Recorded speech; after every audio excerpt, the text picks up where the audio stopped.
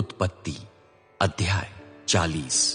इन घटनाओं के कुछ समय पश्चात मिस्र देश के राजा फरो के साकी और रसोइये ने अपने स्वामी के विरुद्ध अपराध किया। फरो अपने दोनों पदाधिकारियों मुख्य साकी और मुख्य रसोइये से क्रुद्ध हुआ। उसने उनको हिरासत में लेकर अंगरक्षकों के नायक के घर में, उसी कारागार में जहां यूसुफ कैद था, डाल दिया। अंगरक्षकों के नायक ने यूसुफ को उनकी देखभाल करने का काम सौंपा। वो उनकी सेवा करने लगा। वे कुछ दिन तक हिरासत में रहे।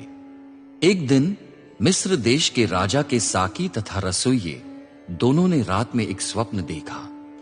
प्रत्येक स्वप्न का अपना एक विशेष अर्थ था। जब यूसुफ सवेरे उनके पास आया और उसने उनको देखा, तब वे बेचैन थे। उसने फरो के अधिकारियों से, जो उसके साथ उसके स्वामी के घर में हिरासत में थे, पूछा, आज आपके मुंह क्यों उतर आए हैं?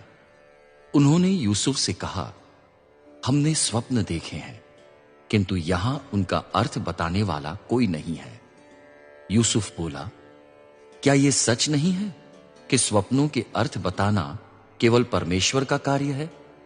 कृपा कर मुझे सुनाइए। मुख्य साकी ने अपना स्वप्न यूसुफ को सुनाया।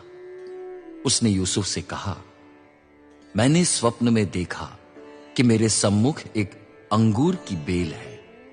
अंगूर की बेल में 3 शाखाएं हैं। जैसे ही उसमें कलियां आई, उसके फूल शीघ्र ही खिल गए और उसके गुच्छों में अंगूर लगकर पक गए। फरो का चशक मेरे हाथ में था।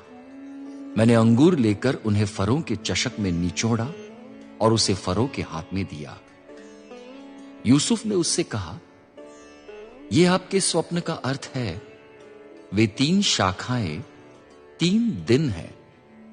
3 दिन के पश्चात फरो आपका सिर ऊंचा करेंगे। वो आपको आपका पद लौटा देंगे। आप पहले के समान, जब आप फरो के साकी थे, उनके हाथ में चशक देंगे। जब आपका भला होगा, तब मुझे स्मरण करना।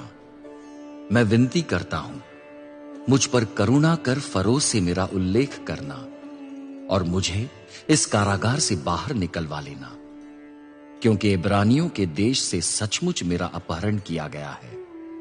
मैंने ऐसा कोई कार्य नहीं किया कि वे मुझे कारागार में डालें। जब मुख्य रसोइये ने देखा कि स्वप्न का अर्थ अच्छा है, तब वो यूसुफ से बोला, मैंने भी स्वप्न देखा है।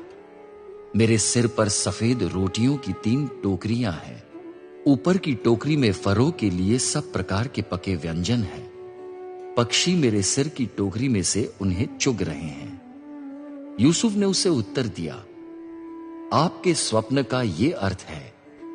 वे 3 टोकरियां 3 दिन है। 3 दिन के पश्चात फरो आपका सिर ऊंचा करेंगे।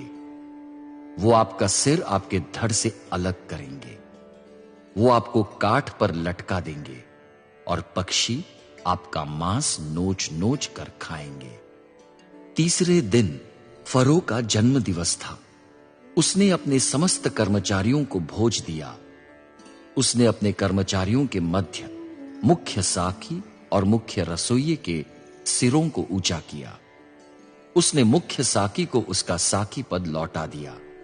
वो फरो के हाथ में चशक पुनः देने लगा।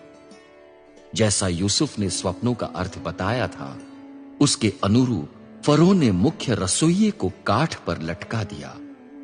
किंतु मुख्य साकी ने यूसुफ को स्मरण न किया। वो उसे भूल गया।